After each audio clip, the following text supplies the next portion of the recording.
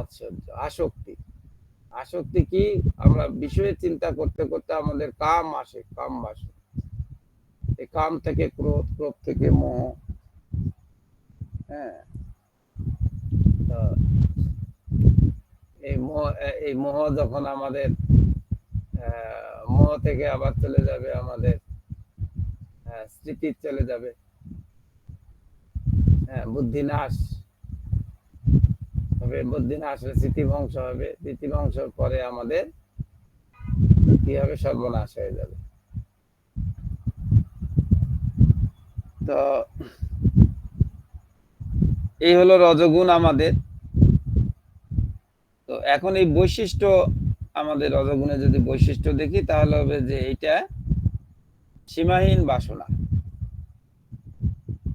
মানে আমরা যে বন্ধনের প্রভাব দেখলাম সেখানে এখন এখানে আবার দেখছি যে সীমাহীন বাসনা ও আশা আকাঙ্ক্ষা। আশা আকাঙ্ক্ষার অন্ত নেই, কত যে প্ল্যান হবে, কত যে প্ল্যান করবে। আর দুর্দমনীয় লোভ বা আসক্তি,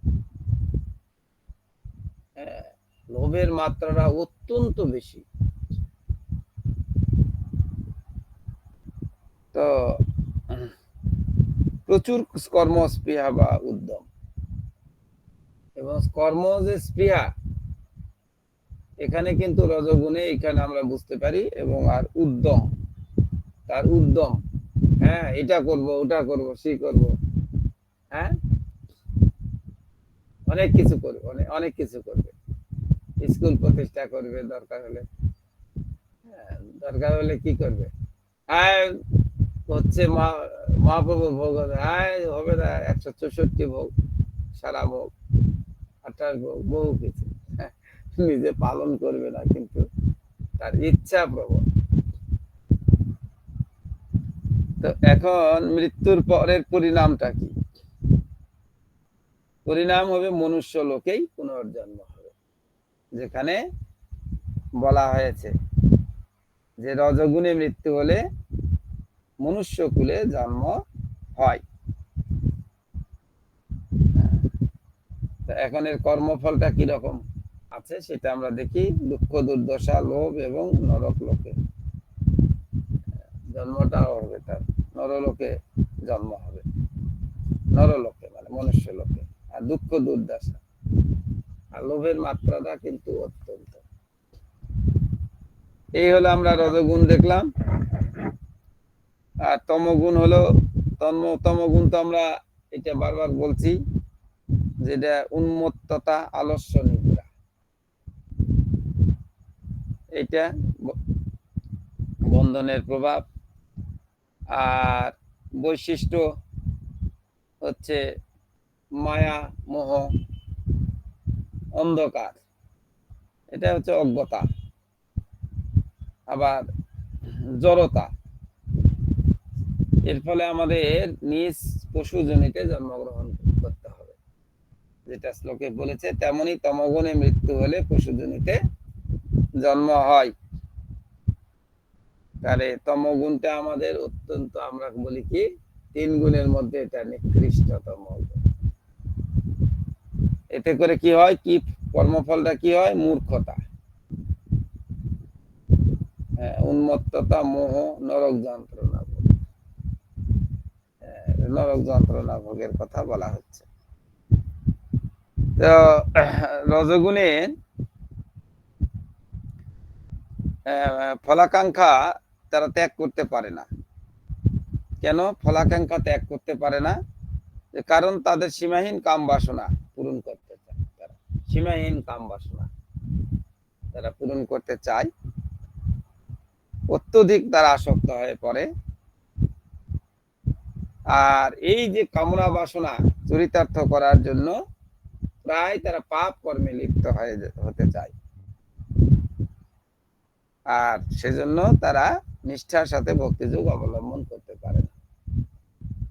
ভক্তি করুক আবার বাধা যে দিবে এইরকম না, নিজে পালন করতে পারবে না, কিন্তু তার উদ্যম আছে। হ্যাঁ, তো বাস্তবতা এই, আজকে একজন রিক্সা চালকের সঙ্গে সাক্ষাৎ ছাত্র স্কুলে আসেনি তো, তার তথ্য নেওয়ার জন্য বাড়িতে যাচ্ছি, হোম ভিজিট বলে আমাদের আর কি। তো সেইখানে রাস্তার ধারে এক মানে রিক্সাওয়ালা, তো সে দাঁড়িয়েছে দাঁড়িয়েছে মানে প্যাসেঞ্জার নামাই দিচ্ছে। নামাই দেওয়ার পর আমাকে দেখে সে একটু একটু করলো, চিনি না আর কি। তো তারপর আমাকে জিজ্ঞাসাবাদ করলো। এখন বলতে হলো এখন কথা।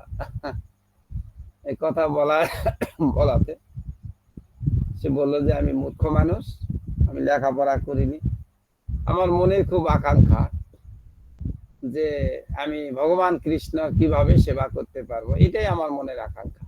বহু জায়গাতে ঘুরছি, এই কথা ওর কথা, এখানে এই সঙ্গে এই একই গ্রামে বিভিন্ন দল, বিভিন্ন সমস্যা, ভক্তদের মধ্যে দ্বন্দ্ব ফ্যাসাদ। তো আমি তো হতাশ হয়ে গেছি। গুরুদেব গ্রহণ করেছি, গুরুদেবকে বলে যে আমি এগুলা কোন তত্ত্ব জানি না, বেদের তত্ত্ব, গীতার তত্ত্ব এগুলো আমি জানি না।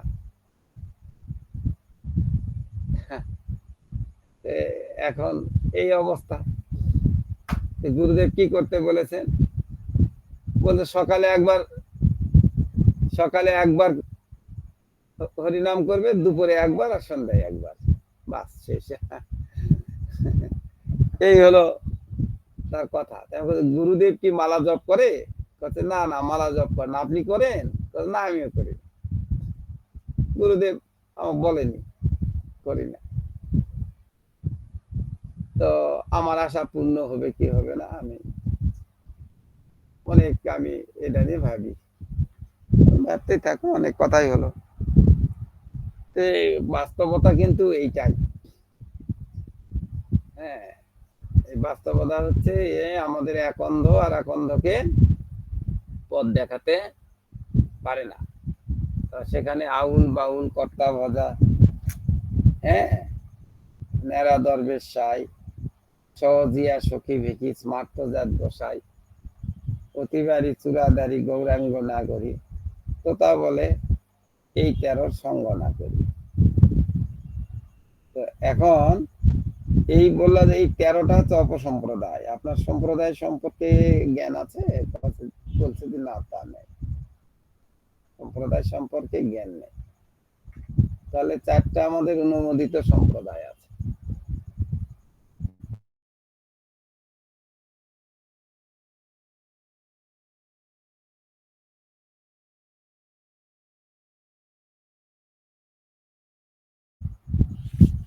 এইরকমই আমরা পরিপূর্ণ, তমগুণ রজগুণে আমরা পরিপূর্ণ। আমরা আচরণ করব না, কিন্তু আমরা ধার্মিক সেজে যাব। হ্যাঁ, মহাপ্রভুর বাণী আমরা গ্রহণ করব না, যে আচারে প্রচারে 2 করহ কার্য না। কেন? এই গুণের সঙ্গে এটা সম্পৃক্ততা আছে। হ্যাঁ, তমগুণ তারা এতই মহাচ্ছন্ন বা মায়াগ্রস্ত হয়ে পড়ে যে কৃষ্ণের নির্দেশ সমূহকে তারা স্বীকার করতে পারে না। না, এটা হতে পারে না। এতই অলস তারা, এতই অলস যে তপস্যা বা সাধনা করা তাদের পক্ষে সম্ভব হয়ে ওঠে না। কেননা তারা ঘুমিয়ে অলসতায় বিভোর, আরামের ঘুম ঘুমাবে। হ্যাঁ, কোথায় ব্রাহ্ম মুহূর্তে ওঠা, এগুলো তো তাদের মধ্যে আমরা দেখতে পাই না। এই গুণগুলি আমরা এখান থেকে আমরা দেখতে পাই। এখন প্রভুপাদ কি বলছে? তাহলে কার্তিক প্রভু আসছে নাকি? ওই একবার বোধহয় দেখতে পেলাম নাকি।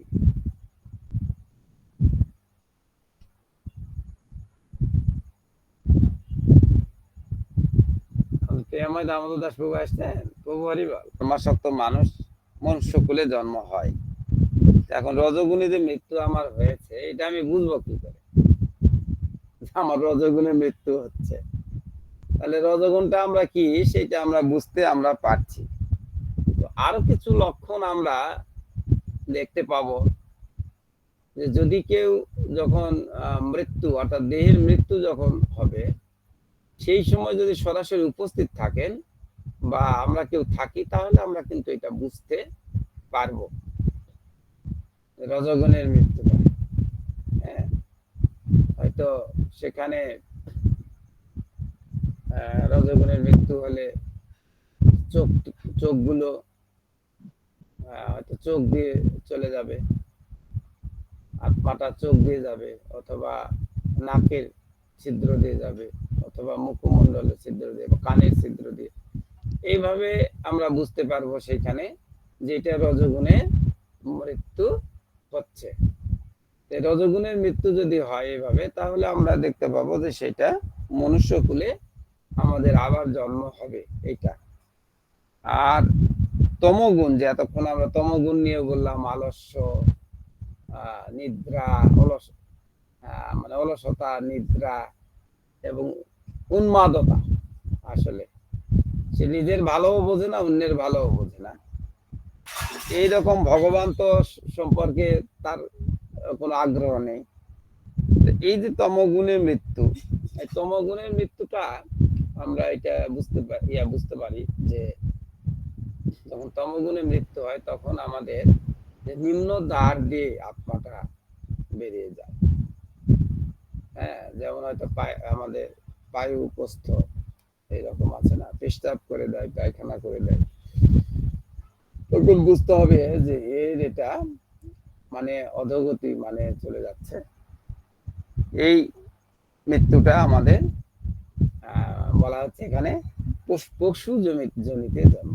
পশু জনি মানে নিম্নতর জনিগুলোতে, যে আমরা 84 লক্ষর মধ্যে যে 80 লক্ষ প্রজাতি, এই প্রজাতিগুলো আমাদের নিম্নতর মানে এগুলোতে জন্মগ্রহণ আবার করা আর কি।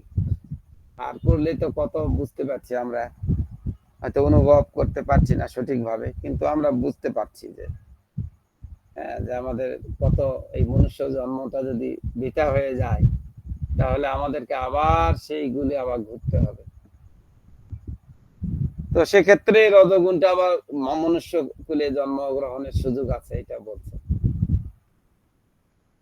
তো এখন বলছে যে কিছু লোক যদি মনে করে যে মনুষ্য জীবন লাভ করলে তার অধঃপতন হয় না, কিন্তু না, এই ধারণা ভ্রান্ত। কেন ভ্রান্ত? যে আমরা ভরত মহারাজের কাছ, আমরা সেই ভরত মহারাজের দৃষ্টান্ত আমরা এখানে উপস্থাপন করতে পারি। যে ভরত মহারাজ কি করেছিলেন, তিনি আশ্রম, কোন বানপ্রস্থ আশ্রমে তিনি গিয়েছিলেন। বানপ্রস্থ আশ্রমে যাওয়ার পরে তিনি তো সংসার ছেড়েছেন। তো সেইখানে যায় তার তপস্যা কার্যক্রম চলছে, কিন্তু সেখানে দেখুন যে একটা সিংহের গর্জনে একটা গর্ভবতী হরিণী প্রসব করলেন। প্রসব করে তো তিনি ভাসে চলে গেলেন, হরিণী তো চলেই গেল, আর তার সন্তানটা সেইখানে কিন্তু জলে ডুবে যাচ্ছে। এই দৃশ্যটা দেখে সেই হরিণকে নিয়ে, হরিণের বাচ্চাটাকে নিয়ে এসে সে লালন পালন করলো। এই লালন পালন করতে করতে করতে তার যে বানপ্রস্থে আছেন তিনি, সেইখানে তিনি কিন্তু সেইটা ভুলে গেলেন।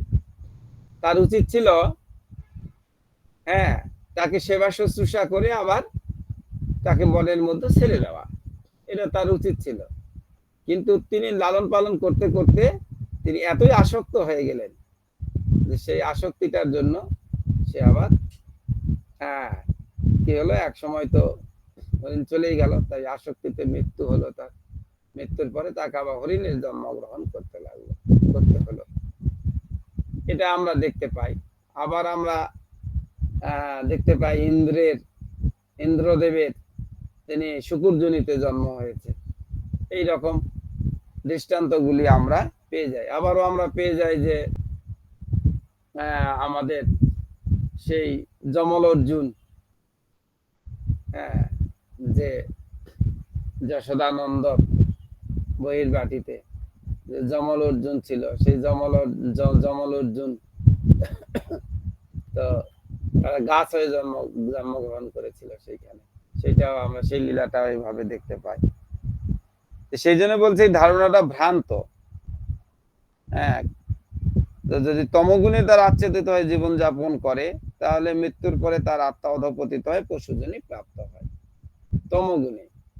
তাহলে গুণটা আমাদের মধ্যে উপলব্ধি করা আমাদের মধ্যে অনেক গুরুত্বপূর্ণ। হ্যাঁ, যদি আমি বুঝতে পারি যে আমি তমগুণের মধ্যে আমি আমার মধ্যে গুণটা তমগুণ বৃদ্ধি প্রাপ্ত হয়েছে, এটা আমি যদি বুঝতে পারি, তাহলে কিন্তু সেটাকে আমরা পরিবর্তন করতে আমরা পারি। এটা খুব কঠিন কিছু নয়, কিন্তু আমাকে উপলব্ধি করতে হবে যে আমি তমগুণে আছি, এই চিহ্নিতকরণ। তো আবার সেই অবস্থা তাকে আবার ক্রমবিবর্তনের মাধ্যমে এক শরীর থেকে আর এক শরীর প্রাপ্ত হতে অবশেষে মনুষ্য শরীর প্রাপ্ত হতে হবে। মানে মনুষ্য শরীরে আবার যাবে ক্রমবর্ধমান। হয়তো একবার হবে জলে, একবার হবে স্থলে, হ্যাঁ, আবার হবে হয়তো সরীসৃপ হবে, হ্যাঁ, আবার হয়তো পশুজনী প্রাপ্ত, এইভাবে বিবর্তন গুলো হবে। আবার হয়ে আবার এক সময় মনুষ্য জন্ম, যে 4 লক্ষ মনুষ্য প্রজাতি সেইখানে। তো তাই মনুষ্য শরীরের গুরুত্ব যারা উপলব্ধি করতে পেরেছে, মানে বলা হচ্ছে মনুষ্য শরীর দুর্লভ মানব জন্ম। দুর্লভ কেন? এই মানব জন্ম দুর্লভ, যেখানেই আমরা বলছি যে এই মানব জন্মেই একমাত্র পরম সত্যের আমরা কি করতে পারি, শরণ গ্রহণ করতে পারি, এবং তাকে আমরা কি করতে পারি, তার ভজনা করতে পারি। কিন্তু আর অন্য জন্মে আমাদের সম্ভব নয়, বা এই দেহটা লাভ, এই মনুষ্য জন্মে এই দেহটা লাভ, মানে এখান থেকে আমাদেরকে প্রকৃত আলোয়, সেই আলোয় আমাদেরকে এখানে চলে যেতে হবে। তাই যে আমাদের উচিত কি, আমাদের সাত্ত্বিক, এই জড়জগতে থাকাকালীন সাত্ত্বিক গুণটা, এই সাত্ত্বিক গুণের আচরণ করা। আর এই সাত্ত্বিক গুণের আচরণ যখন আমাদের মধ্যে যখন আসবে, প্রস্ফুটিত হয়ে যাবে, তখন আমাদেরকে আবার ওই পর্যন্ত থেমে থাকলে হবে না। তখন কি করতে হবে? সাধু সঙ্গ করতে হবে। হ্যাঁ, সাধুতে সঙ্গ করতে হবে। তাহলে এই সাধু সঙ্গ করলে কি হবে? আমাদের এই গুণগুলি, সত্য রজতম এই যে গুণগুলি আবার অতিক্রম করে আমাদের কি প্রচেষ্টা থাকবে, যে আমাদের কৃষ্ণ ভাবনায় অধিষ্ঠিত থাকা। হ্যাঁ, কৃষ্ণ ভাবনাটা হচ্ছে কি, এই কৃষ্ণ ভাবনা হচ্ছে যে আমাদের সেবায় যুক্ত থাকা, কার? পরমেশ্বর ভগবানের সেবায় আমাদের যুক্ত হওয়া। আসলে এটি হচ্ছে আমাদের মানব জীবনের উদ্দেশ্য।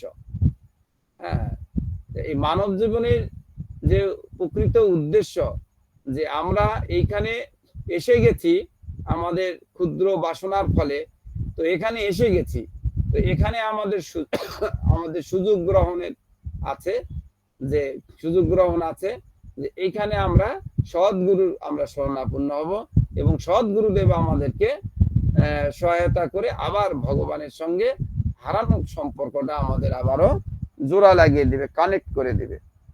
হ্যাঁ, তা না হলে কি হবে, যে আবার অনিশ্চয়তার মধ্যে আমরা আবার থেকে যাব।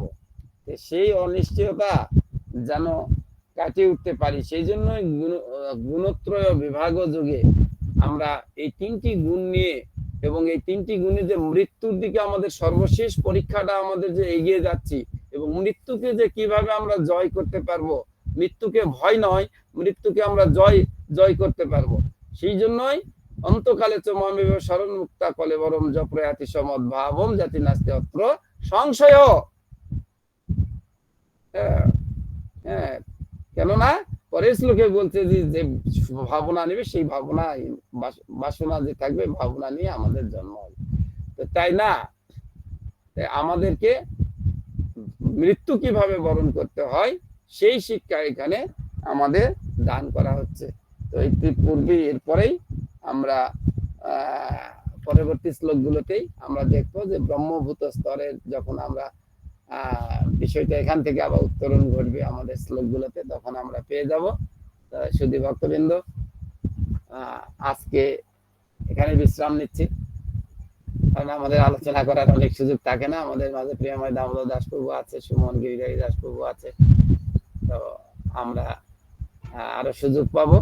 বাঞ্ছা কল্পতরুভ্যশ্চ কৃপা সিন্ধুভ্যেব চ পতিতানাং পাবনেভ্যো বৈষ্ণবেভ্যো নমো নমঃ। ধন্যবাদ প্রভু। একটু যদি সংযোজন করেন কোন জায়গা বিয়োজন করতে লাগলেও করুন, সংযোজন করুন। হরে কৃষ্ণ প্রভু, প্রণাম, অনেক অনেক ধন্যবাদ। আমরা সুন্দর একটি শ্রবণ শ্লোক শ্রবণ করলাম, যেখানে আমরা বুঝতে পারলাম যে আমাদের কোন গুণে থাকলে মৃত্যুর পর আমরা কি দেহ প্রাপ্ত হব, সেই তথ্যটা এই শ্লোকে আমরা শ্রবণ করলাম। তো গতদিনে হয়তো এটাই বলেছিলেন যে সত্যগুণের বিষয়টা হয়তো আলোচনা করেছিলেন, যে সত্যগুণে মৃত্যু হলে তার কি গতি হবে। তো আমাদের মনে অনেকের প্রশ্ন থাকে যে আসলে যে কে কোন গুণে থাকলে আহ কি দেহ প্রাপ্ত হয়, এই প্রশ্নটা তার উত্তর এই শ্লোক তিনটিতে বলা হয়েছে। 14, 15 এই দুটো শ্লোকেই বলা হয়েছে যে আমরা কোন গুণে মৃত্যু হলে কি ধরনের দেহ লাভ করব। এই শিক্ষাটা পেলাম। এবং এখান থেকে যদি একটু শুধু বলতে চাই যে আমরা আসলে সেই গুণগুলো, যেটা আপনি সুন্দর করে বললেন যে সত, রজ এবং তমগুণ, এই তমগুণ আমাদের পরিচালনা করছে। তাহলে গুণটা হচ্ছে আমাদের চালক, আমাদেরকে পরিচালনা করছে। এবং আমরা কোন গুণের থেকে কিভাবে মৃত্যু করব। তো আপনি সুন্দর একটা শ্লোকও বললেন যে অন্তকাল সারণ মুক্ত কালে বলেন যে মৃত্যুর সময় যে আমি কোন চেতনায় থাকবো, আর তার উপরে মানে ডিফাইন্ড হবে যে আমি আসলে কোথায় যাব। আমি কি আসলে জলে থাকবো, স্থাবরে থাকবো, কৃমিতে থাকবো, না পাখিতে থাকবো, না ওই যে পশুতে থাকবো, না মানুষের যাব, এটা ডিপেন্ড করে।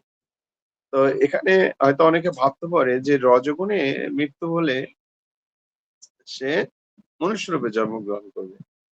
তো হয়তো অনেকে ভাবতেও পারবে যে আসলে এটা তো অনেক ভালো, আমি মনুষ্য জন্ম লাভ করছি, এটা তো অনেক ভালো। কিন্তু একটু ভাবা উচিত, কারণ এই শ্লোকগুলোতে আমাদের শিক্ষা দিচ্ছে এটাই ভগবান, যে এই গুণগুলো আমাদের বন্ধনের কারণ। এই সবগুলো গুণই হচ্ছে বন্ধনের কারণ। মনুষ্য জন্ম পেয়ে যে খুব লাভবান হলাম, আর ওই তমগুণে হয়তো যে পশুজনী প্রাপ্ত হয়ে যে খুব নিচু হয়ে গেলাম, এরকম কিছু না। তাকে তো আসলে বন্ধনে আবদ্ধ হচ্ছে, তাকে কষ্ট স্বীকার করতে হচ্ছে। ভাগবত স্বামী মহারাজ বলেন যে জন্ম মৃত্যু এই সবই হচ্ছে কি আমাদের দুঃখের কারণ। তো এখন কোন জনিতে গেলাম সেটা মুখ্য বিষয় নয়। তো আপনি সুন্দর একটু বললেন যে আমাদের সত্য গুণে অবস্থান করতে হবে কমপক্ষে পারমার্থিক ভাবে উপলব্ধি করার জন্য। সত্য গুণটা জন্য আপনি বললেন যে সত্য গুণে থাকতে হলে নিয়মিত জপ করতে হবে, আমাদের অহিংস জীবন পালন করতে হবে, আমাদের সর্বদা সত্য থাকতে হবে, পরোপকার বা এরকম বিষয় যার মধ্যে নিহত রয়েছে। হ্যাঁ, বিশুদ্ধ আহার, বিশুদ্ধ চিত্ত, চিন্তা, এগুলো আমাদেরকে করতে হবে। এর ফলে আমরা কি করতে পারবো না, সত্যগুণে প্রতিষ্ঠিত হতে পারবো। আর এই সত্যগুণের থেকে কি হতে পারবো না, এই গুণগুলো যখন আমরা বিশেষ করে এই অভ্যাসগুলো যখন আমরা করতে পারবো, তখন হয়তো আমরা একদিন নির্গুণ স্তরে গিয়ে আমরা আমাদের জীবনকে সেই ভগবানের সেবায় যুক্ত হবো। এটুকুই উপলব্ধি হলো প্রভু আপনার সুন্দর আলোচনা এই বিষয়টা। আর নতুন করে বলার কোনো প্রয়োজন নেই। তো আমি অনুরোধ করবো প্রভুর আলোচনা থেকে যদি কোনো প্রশ্ন থাকে আপনারা কৃপা করে একটু হ্যান্ড রেজ করবেন। মনমোহন প্রভুকে প্রণাম। প্রভু, খুবই ভালো লাগছিল যে আমার মৃত্যু কিভাবে হবে, কি হলে কি হবে, পশু জনিতে যাব না আবার মনুষ্য জন্ম পাবো, না আবার উচ্চতর কোনো লোকে যাব। মানে সপ্তগুণে গেলে যারা উচ্চতর লোকে তারা গমন করে, কারণ যেখানে মহর্ষিরা বাস করে সেই লোক তারা পেতে পারে যে সপ্তগুণে মৃত্যু হলে। তো আমার প্রশ্ন হলো এখানে যে আমি জানি না মানে কি হবে, কারণ সেই অবস্থাতে আমি তো আমার যখন মৃত্যু হচ্ছে আমি সেই অবস্থাটা তো আমি মানে করতে পারবো, বুঝতে পারবো না যে কোন গুণে আমার মৃত্যু হলো। তো বাইরে যারা থাকে তারা হয়তো কিছুটা প্রত্যক্ষ করে বুঝতে পারে তার মৃত্যুটা কিভাবে হলো, মুখ দিয়ে বেরিয়ে গেল, না চোখ দিয়ে বেরিয়ে গেল, না পায়খানা দাঁত দিয়ে তার মৃত্যু হলো, আত্মা বেরিয়ে গেল, এটাও বুঝতে পারে। কিন্তু মানে বোঝাটা কিন্তু অত্যন্ত কঠিন। আমি দু একটা কেসে আমি সামনে থেকেছি, কিন্তু আমার পক্ষে সম্ভব হয়নি। মুখও হাঁ হয়ে আছে, চোখও বড় বড় হয়ে গেছে, পায়খানাও করেছে, পেশাবও করেছে। তাহলে এটা মানে কিভাবে হলো, মানে সে তমগুণের দ্বারা তার মৃত্যু হলো না রজগুণের প্রভাব মৃত্যু হলো, বুঝতে পারা কঠিন। এটা বুঝতে পারিনি আমি, আমার ক্ষেত্রে তো হয়নি। তো আমার কথা হচ্ছে যারা সত্যগুণে থেকে তাদের মৃত্যু হলে তারা উচ্চতর লোকে গেল, এই উচ্চতর লোকে গেলে তারা কি দেহ প্রাপ্ত হবে তখন? যে যে লোকের আমরা যেটা জেনেছি যে এক এক লোকের এক এক রকম দেহ থাকে, হ্যাঁ, তারা কি সেই রকম দেহ প্রাপ্ত হবে, হ্যাঁ, নাকি না মনুষ্য দেহই তারা প্রাপ্ত হবে যারা উচ্চতর লোকে যেতে পেরেছে, সত্যগুণের অধিকারী হয়ে যেতে পেরেছে? হ্যাঁ, এইটুকু যদি একটু কৃপা করে বলতেন, হরিবল। প্রভু বলেন।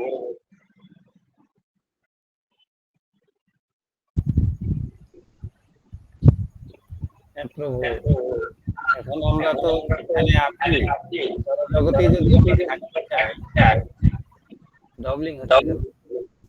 ইকো হয়ে যাচ্ছে প্রভু। তারপরে আমাদের আবেদন প্রশ্ন তো আমাদের এই ভুলোকে, এটাও একটা জগৎ, তো এই জগৎটাতে আমরা মনুষ্য রূপে জন্মগ্রহণ করে থাকি। এখন আমাদের কি রয়েছে না ভূগোলক রয়েছে, স্বর্গলোক রয়েছে। তো সেখানেও মনুষ্য দেহই থাকে, কিন্তু তারা অত্যন্ত পূর্ণবান এবং মেধাবী হবে। স্বর্গলোকে কি হবে? যদি সে স্বর্গলোকে যায় দেবতার মতো হবে, সেটাও তো একটা দেহ, মনুষ্য দেহ পাবে সে।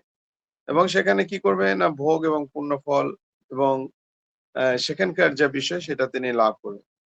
মহলোকে গেলে, মহলোকের স্থান হচ্ছে যে সেখানে ঋষিরা বাস করে। তো সেখানেও ঋষিরা তো মানুষের মতোই দেহ লাভ করবে। তো সেখানে তারা কি করতে পারবে, যে সেখানে সত্যগুণে সে উন্নীত হওয়ার ফলে কিন্তু এই মহলোকে যেতে পারে। জনলোকে কি সেখানে আধ্যাত্মিক স্তরটা উপলব্ধি হয়। হ্যাঁ, সরি, মানে সেখানে ব্রহ্মার মানে যারা উপাসনা করে, হ্যাঁ, যারা ধ্যান করে, অনেকে আছে মানুষ, এই জড়জগতের মানুষ ব্রহ্মাকেও অনেকে ধ্যান করে। তো তাদের জন্য একটা মানে ভালো জায়গা রয়েছে জনলোক। তো এগুলো আমাদের জানার প্রয়োজন নেই, তারপরেও আমি একটু উৎস থেকে পেয়েছি সেটাই বললাম। সত্যলোকে যেটা ব্রহ্মার সর্বোচ্চ স্তর, তো মুক্তির শেষ ধাপে এই মনুষ্যরূপে মানুষ সেখানে অবস্থান করে।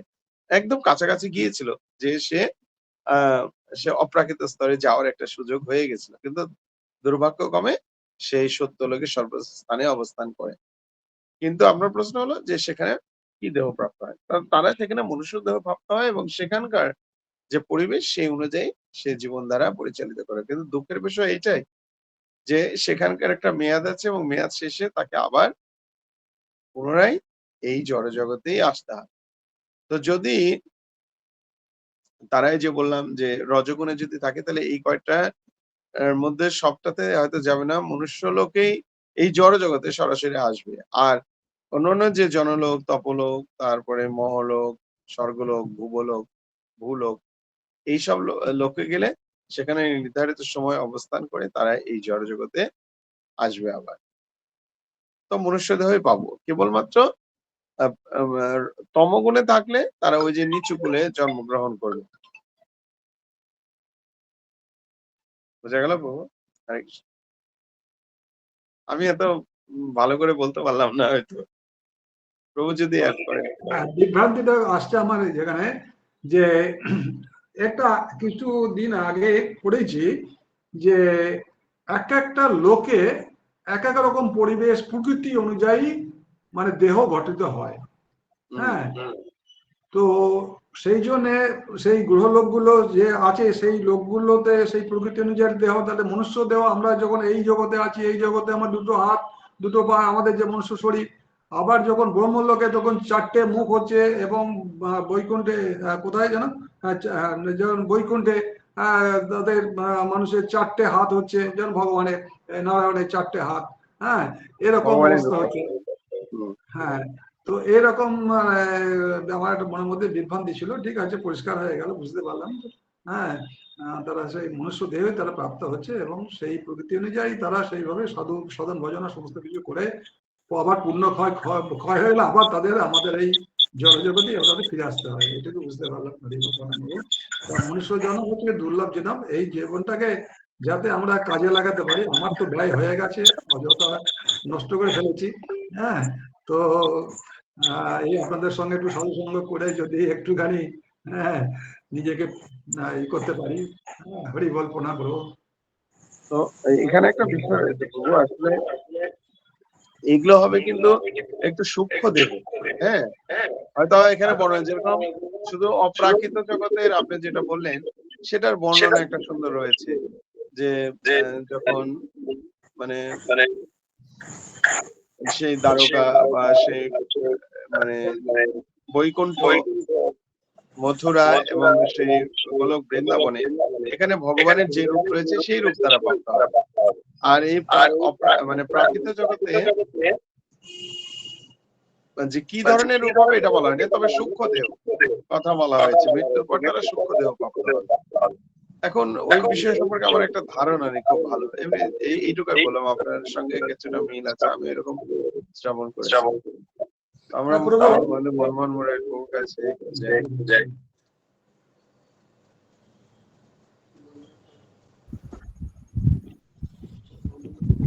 আপনারা ঠিকই বলেছেন। প্রণাম যে প্রভু, আমাদের আবার তো ইকো হচ্ছে, আওয়াজটা আবার ভাইব্রেশন ইকো হচ্ছে প্রভু। কোনটা রিকু হচ্ছে বুঝতে পারছি না তো, সেট তো নাই আমার এখানে, তো নাই। এবার ঠিক আছে, হচ্ছে এবার ঠিক আছে, কোনো একটা সেট ইকো হচ্ছে। হ্যাঁ, তো আমাদের প্রথম সৃষ্ট জীব এই ব্রহ্মাণ্ডে তিনি হচ্ছেন ব্রহ্মা। তো ব্রহ্মাকেও মৃত্যুবরণ করতে হবে, আমাকেও মৃত্যুবরণ করতে হবে। তো যারা উপরের দিকে একটু উচ্চতর আছে সেখানে সাধন ভজন বিভিন্ন ভাবে মুনি ঋষিরা আছেন। ব্রহ্মলোকেও আমাদের আছে। তো সেইটা আমাদের বৈকুণ্ঠ লোকের সঙ্গে আমাদের এইখানকার আমাদের মিল নাই। বৈকুণ্ঠ লোকতে গেলে আমাদের কি, যে আমাদের সকলের নারায়ণের স্বরূপ হবে, মানে মহাবিষ্ণুর স্বরূপ হয়ে যাবে, 4টি হাত তখন আমাদের হয়ে যাবে। কিন্তু এটা জড় জগতে হবে না, এইরকম পাওয়া যায়নি।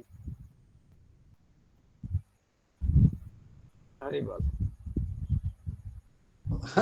না, ক্ষমা করবেন প্রভু, এই ভাগবতমে রিসেন্ট পড়ছি যে ব্রহ্মা যে ভগবানের স্তব করে তিনি বৈকুণ্ঠ লোকের সমস্ত ভগবানের অবস্থান, ভগবানের রূপ, হ্যাঁ, ভগবানের পার্শ্বদ সমস্ত কিছু দেখতে পাচ্ছেন, অনুভব করতে পাচ্ছেন, কিন্তু তিনি কিন্তু বৈকুণ্ঠ লোকে পৌঁছাননি।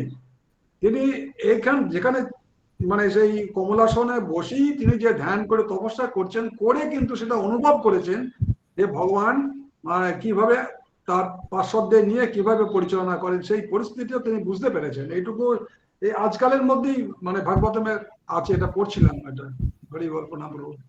না তো সেটা ঠিকই আছে আপনার। তো ভগবান কৃষ্ণ তো যখন দ্বারকা চলে গেলেন, এরপরে তো বৃন্দাবনে যাননি, তারপর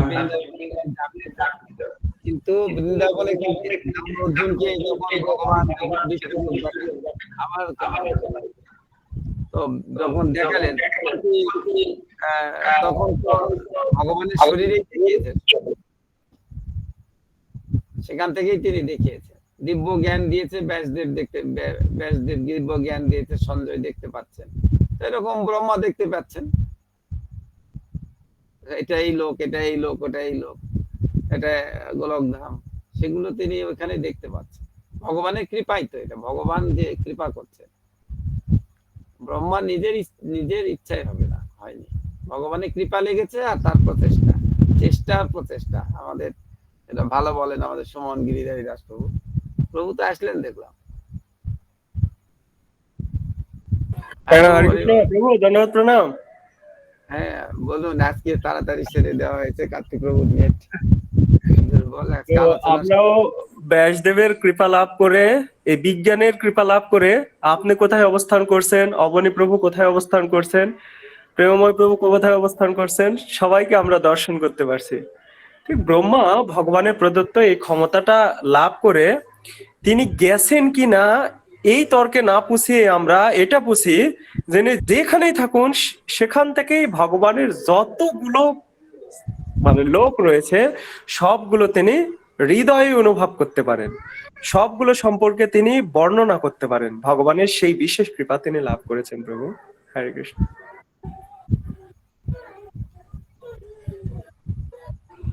ধন্যবাদ প্রভু। বোঝা গেল আসলে ভগবানের কৃপাতেই দিব্য জ্ঞান লাভ হলে তবে এগুলো সম্ভব। হুম। তবে এগুলো আমরা আস্তে আস্তে পেয়ে যাবো, হয়তো এই প্রশ্নের উত্তরগুলো। হরে কৃষ্ণ।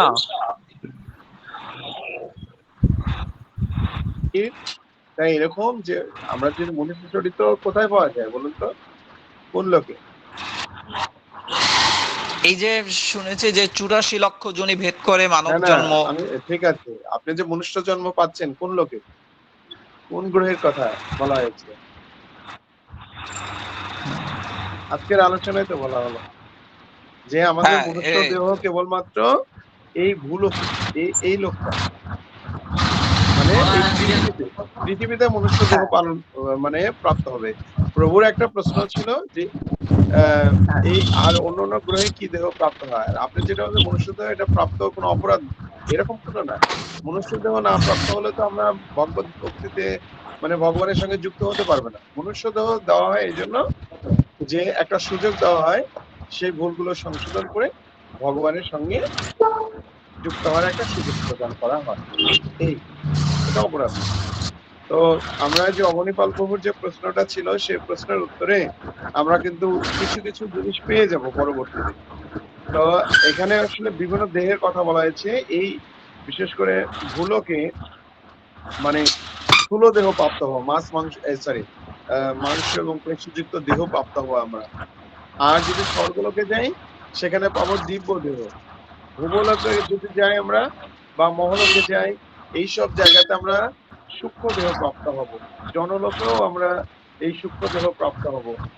আর কেবলমাত্র তপলোকে গেলে আমরা আমাদের ইচ্ছার দ্বারা আমরা দিব্য শরীর প্রাপ্ত হব। তা আসলে এগুলো আমাদের জেনে খুব লাভ হবে না। আমাদের একটা বিষয়ে জেনে লাভ হবে যে আমরা যেই দেহই প্রাপ্ত হই না কেন, কিন্তু আমরা যেই গ্রহে থাকি না কেন, এই প্রাকৃত জগতের, সেখান থেকে আমাদের ফিরে এসে মনুষ্য জন্ম ধারণ করতে হবে। তো মনুষ্য জন্ম এখান থেকে শিক্ষাটা হচ্ছে আমাদের মনুষ্য দেহ ধারণ করা কর্তব্য নয়, কিন্তু মনুষ্য দেহ যেহেতু ধারণ করেছি, একটা সুযোগ রয়েছে আমাদের ভগবানের সঙ্গে যুক্ত হওয়া। আর সেখানে কোথায় প্রভুর আলোচনা থেকে ফিরে এসেছে যে জানতে পারলাম যে আমাদের এই 3টা গুণের অধীনে যেন আমরা না থাকি, আমরা নির্গুণ স্তরে অধিষ্ঠিত হতে পারি। আর নির্গুণ স্তরে অধিষ্ঠিত হওয়ার জন্য আমাদের যেটা প্রয়োজন সেটা হচ্ছে, তিনি বললেন যে ভগবানের সন্তুষ্ট করার জন্য, তাকে ভালোবাসার জন্য বেশি বেশি জপ করা উচিত, হরিনাম করা উচিত, প্রসাদ গ্রহণ করা উচিত, হৃদয়কে মানে স্থিতপ্রজ্ঞ হওয়া উচিত, যে বিষয়গুলো তিনি বললেন তার আলোচনায়। এরকম হতে পারলে তাকে আর মনুষ্য জন্ম গ্রহণ করতে হবে না। ওই অবনী প্রভুর যে কোশ্চেনটা ছিল ওটা ঠিক আমি বুঝতে পারলাম না অ্যান্সারটা, যে ওই যদি মুখ খোলা থাকে, চোখ খোলা থাকে এইদিকে, ওনার যদি পায়খানা তিনটেই যদি হচ্ছে, সেই সেই স্তরে কি হবে? ক্ষমা আচ্ছা, এই বিষয়গুলো আসলে একটু জটিল বিষয়। হ্যাঁ, আমরা তারপরে বুঝতে পারছি যারা হচ্ছে, আমরা পড়েছি এর আগে বা আলোচনায় শ্রবণ করেছি, যারা বিশেষ করে কোচরা পায়খানা করবে মৃত্যুর সময়, তাদের একটু অধোগতি হবে। হ্যাঁ, তাদের জীবনটা ভালো না বিধায় তাদের এরকম কিছু সিমটম মহাজনরা হয়তো বলে, এরকম আলোচনা আমরা অনেক শুনেছি কিন্তু এই ক্লাসে প্রথম দিকে, বা অনেক সময় এটা বলা হয়ে থাকে যখন এই জন্মান্তর বিষয় নিয়ে আলোচনা করা হয়। তো সেই জায়গাতে এই বিষয়গুলো আলোচনা হয়েছে যে এরা আসলে এদের অধোগতি হয়। এরা অধোগতি মানেই কি? অধোগতি মানেই হচ্ছে কিন্তু তমগুণে আচ্ছন্নতা। আজকের আলোচনা থেকে বলছে রজগুণে কেবলমাত্র মনুষ্য জন্ম প্রাপ্ত হয়। আর ওই যে প্রস্রাব, পায়খানা বা অন্য কোনো ভাবে যদি বের, এখন কোন দিক দিয়ে বের হলো এটা তো আমরা জানি না। মহাত্মারা কেবলমাত্র কিছু সিমটম হয়তো বলেছেন সেটা। আর আমরা আরো এই বিষয়গুলো জেনে যাব, আমরা যখন ভাগবতম হয়তো শেষ করবো, আরো বিষয়গুলো জানবো। আসলে আমাদের এই বিষয়গুলো আসলে এই গীতা বা ভাগবতে আহ, নেই আর কি, এই বিষয়গুলো বিস্তারিত নেই।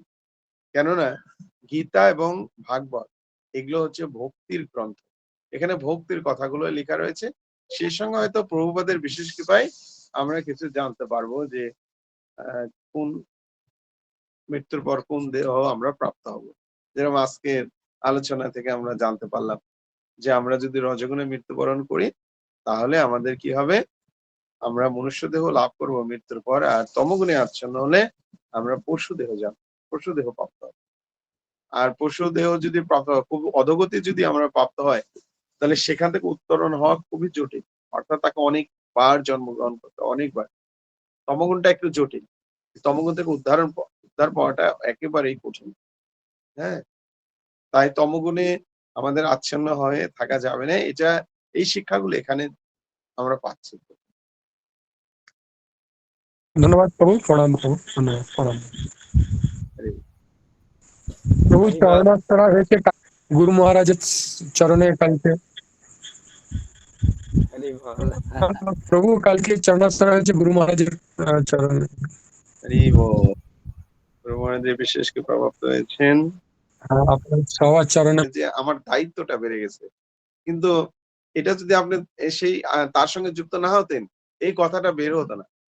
এবং এই দায়িত্ব কথাটার মধ্যে অনেক খুব বিশাল একটা বিষয় যুক্ত রয়েছে। আর এই দায়িত্ব যখন ঠিকঠাক ভাবে পালন করতে পারবেন, তখন দেখবেন যে সেই আনন্দের মাত্রাটা আরো বেড়ে যাচ্ছে। এবং আপনি সেই আনন্দে উৎসাহিত হয়ে দেখবেন যে সেটা কি সকলের মাঝে বিতরণ করছেন। অনেকগুলো শক্তি আপনার মধ্যে প্রকাশিত হবে, আর সেটা আসবে সেই গুরুদেবের কাছ থেকে। তো অনেক অনেক ধন্যবাদ। ধন্যবাদ। সম্ভবত কিছু বলছিলেন? হ্যাঁ